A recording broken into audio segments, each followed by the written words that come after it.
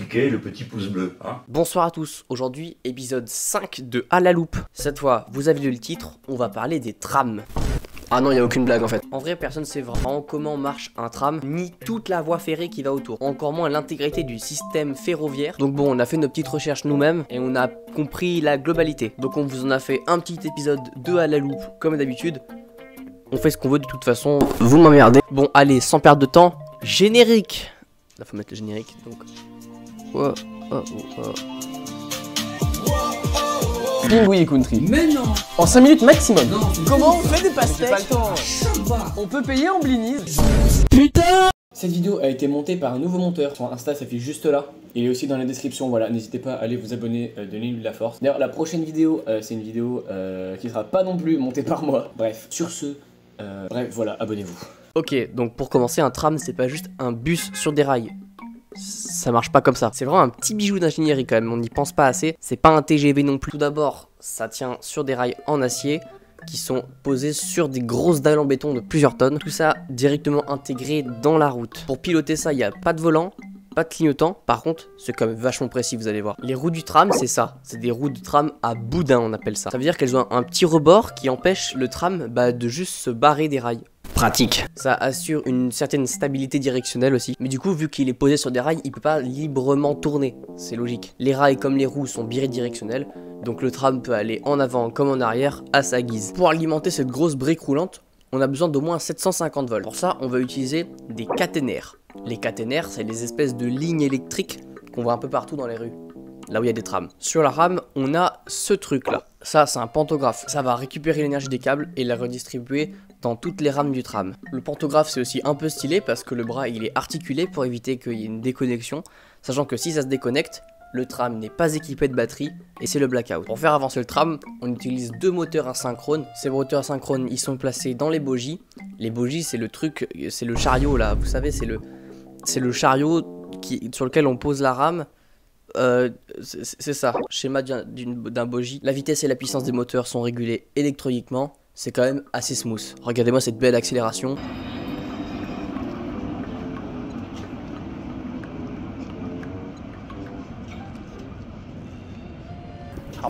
Pour s'arrêter, le tram a trois types de freins. Cas numéro 1, il peut utiliser des freins électriques qui vont inverser la propulsion des moteurs pour le faire arrêter progressivement. Deuxième cas de figure, il faut qu'il s'arrête vite. Il va utiliser les freins à disque. C'est les mêmes qu'on peut retrouver sur les vélos, mais là c'est bien plus vénère. Troisième cas de figure, les arrêts d'urgence. Pour les arrêts d'urgence, en fait, il y a des énormes aimants comme ça, on dirait un dard, qui sont dans les rails. Et du coup, ça va attraper directement les roues et les compresser pour les bloquer au maximum. Ça arrête le tram presque instantanément. Ça donne ce genre de réaction.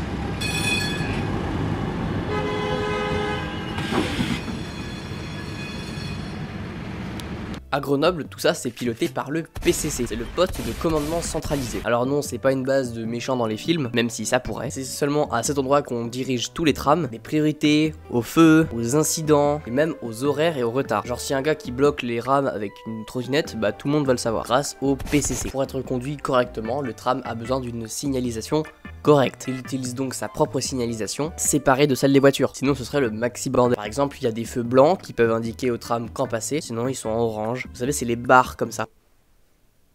Oula, avertissement. Température trop élevée pour utiliser l'appareil photo.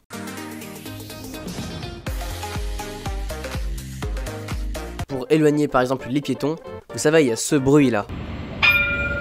Et ça veut dire dégage de la voie, gros trou de balle. Structurellement, un tram est plutôt modulaire. Ça veut dire qu'il fonctionne par module, donc par partie et par sous-partie.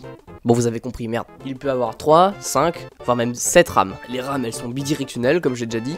Elles vont en avant, en arrière, mais pas sur les côtés, faut pas être con. Ça veut aussi dire que pour faire demi-tour, le chauffeur, il descend, il change de cabine, et il peut repartir dans l'autre sens. Super pratique. Dans un tram, il y a plein de trucs cool, comme par exemple des sièges et des barres pour se tenir. Pratique. C'est aussi quand même vachement bien pensé pour la ville. Le plancher est quand même vachement bas et il est pile à la hauteur de la rue, de là où on monte. C'est super pratique, surtout pour les fauteuils roulants ou alors toi quand t'es très fatigué et que tu lèves de ça les pieds pour aller au taf. Pour la sécurité, on a quand même des caméras, comme ça le conducteur peut savoir s'il y a deux connards qui sont en train de rentrer un piano comme as dans le tram, qui fait ça genre. personne. Et il y a aussi des capteurs à l'entrée pour compter les passagers. Ah, ça tu le savais pas ça. Pour encore plus de sécurité, maintenant les capteurs ils ont des IA intégrés directement entraînés par la métropole pour détecter les obstacles sur la voie. Comme ça, si le conducteur il dort, et ben il dort plus. À Grenoble, le réseau il est géré par le PCC, mais plus globalement par la TAG. La TAG transporte pratiquement 90 millions de passagers par an juste avec les trams, parce qu'ils ont des bus aussi. Et puis aussi ils ont les TER. Mais ça c'est géré par d'autres gens aussi. Actuellement la TAG utilise des trams Alstom Citadis qui sont 100% électriques et peuvent aller jusqu'à 70 km/h.